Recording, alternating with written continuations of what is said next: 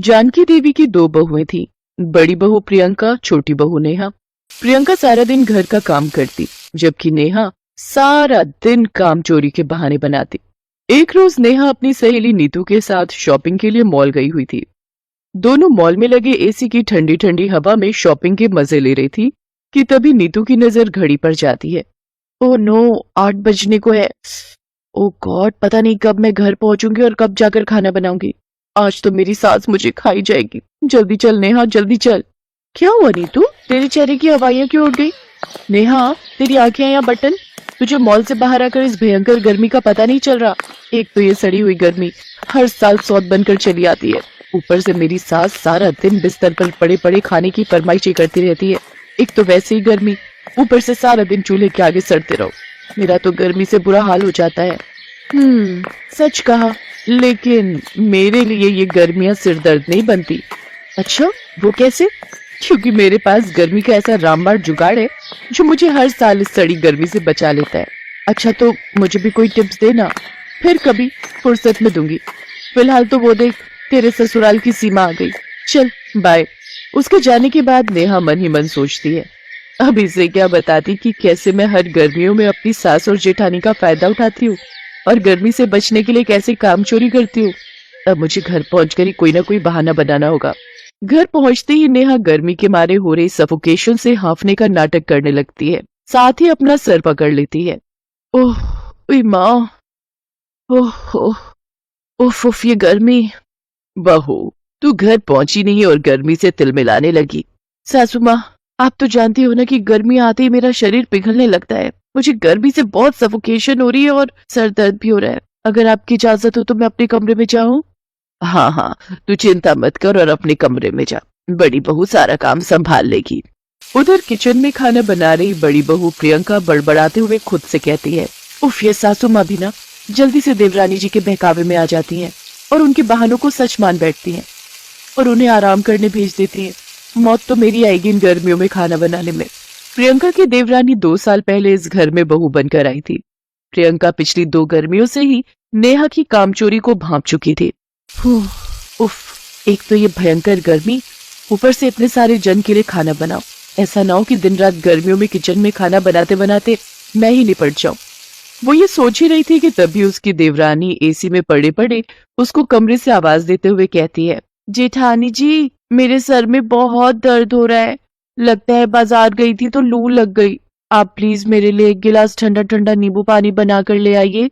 वहीं एसी में बैठी उसकी सास भी बड़ी बहू से कहती है, बड़ी बहू, अगर नींबू पानी बना ही रही हो तो मेरे लिए भी 1 गिलास बना देना। बेचारी बड़ी बहू जल्दी से खाना बनाकर उन दोनों को नींबू पानी बनाकर देती है।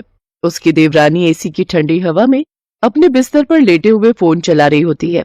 ये लो नेहा नींबू पानी, अगर फोन देखकर सर दर्द कम हो गया हो तो नींबू पानी पी लो। आप कहना क्या चाहती है जेठानी जी? मैं क्या काम से बचने के लिए यहाँ आराम कर रही हूँ? मैंने तो कुछ नहीं कहा देवरानी जी, तुम खुद ही अपनी काम चोरी के गुणगान कर रही हो।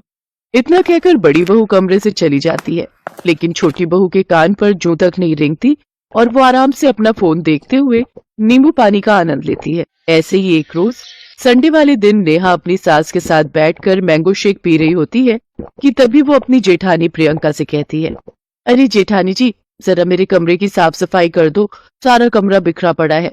देवरानी जी, जानवर भी अपनी जगह को साफ करके बैठते हैं, फिर गर्मियों में ऐसी भी क्या कामचोरी कि आप अपना कमरा तक साफ नहीं कर पाती? जेठानी जी, आप तो जानती हो ना कि मेरी स्किन गर्मियां नहीं झेल सकती, मुझे इचिंग और एलर्जी होने लगती है। साथ ही मुझे हल्का बुखार भी लग रहा है। डॉक्टर ने मुझे गर्मियों में सिर्फ एसी में रहने को ही कहा है। देख रही हैं सासू माँ आप, जेठानी जी मुझसे किस तरह से बात कर रही हैं। छोटी बहू, तू चिंता मत कर, तू ठीक हो जाएगी। और बड़ी बहू, इतना भी तंग दिल ना बन, और फिर कोई भी बीमारी बताकर थोड़े ना आती है। जा छोटी बहू, तू अपने कमरे में जाकर आराम कर। इस तरह छोटी बहू एक बार फिर कामचोरी दिखाते हुए वहां से भाग निकलती है, तो वहीं बड़ी बहू अपने मन ही मन सोचती है, बस बहुत हुआ इसका नाटक। अब इन गर्मियों में तो इसकी ये कामचोरी का भांडा मैं फोड़ कर ही रहूंगी। उस दिन दोपहर के समय प्रियंका जोर जोर से किसी से फोन पर बात कर रही होती है। क्या सच में ब्रांडेड कपड़ों की सेल सरोजनी मार्केट में लगी है और साथ में ब्रांडेड मेकअप किट फ्री? अरे वाह, चल ठीक है, मैं आती हूँ। तभी नेहा अपने कमरे से भागते हुए आती है और कहती है, क्या सचमुच में जेठानी जी ब्रांडेड कपड़ों और मेकअप की सेल, ये अब तो सचमुच मजा आ गया। नेहा जल्दी से अपने पर्स में पैसे रखती है और दोपहर की कड़कती धूप में सरोजनी मार्केट जाने के लिए निकल जाती है। तभी आगे कुछ पुलिस वाले खड़े होते हैं। अरे मैडम, रुकिए तो सही, कहाँ जा रही हैं आप? मेरा रास्ता छोड़ो, मुझे सरोजनी मार्केट में जो ब्रांडेड कपड़ों की सेल लगी है ना, वो खरीदने जाना है। अरे ये आप कैसी बातें कर रही हैं? भीषण गर्मी के प्रकोप के कारण शहर के सभी बाजार और मार्केट अगले 2 दिन के लिए बंद कर दिए गए हैं। चलिए, अब आप चुपचाप से घर जाइए। पहले तो नेहा का मुंह उतर जाता है, लेकिन कुछ ही देर में उसे सारा मामला समझ आ जाता है। वो भागते हुए घर पहुंचती है, जहां उसकी सास गुस्से से भरी बैठी थी। तभी प्रियंका ताना देते हुए कहती है, अरे क्या हुआ देवरानी जी, तुम खाली हाथ ही लौट आई? ब्रांडेड कपड़े और मेकअप किट नहीं मिले क्या? मैं मार्केट थोड़ी ना जा रही थी, वो तो मैं बस कुछ देर सरोजनी टहलने चली गई थी। डॉक्टर ने कुछ देर पहले फोन करके कहा था। कामचोर बहू का सारा कच्चा चिट्ठा अपनी सास के आगे खुल चुका था। अब उसके बहानों का चक्कर और नहीं चलने वाला था।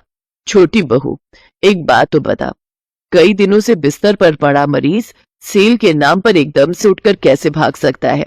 अब तेरा भांडा फूट चुका है, समझी? और अब बस बंद कर ये बेफिजूल के बहाने बनाना।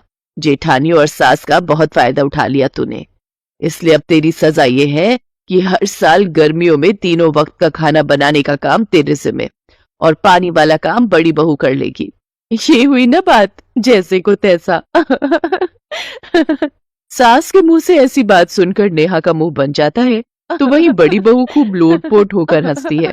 अब से हर साल भीषण गर्मियों में छोटी बहू सारा दिन चूल्हे के आगे खाना बनाती दिखती, तो वहीं बड़ी बहू आराम से वॉशिंग मशीन में कपड़े धोती है। इसीलिए तो कहते हैं, जैसे को तैसा ही मिलता है।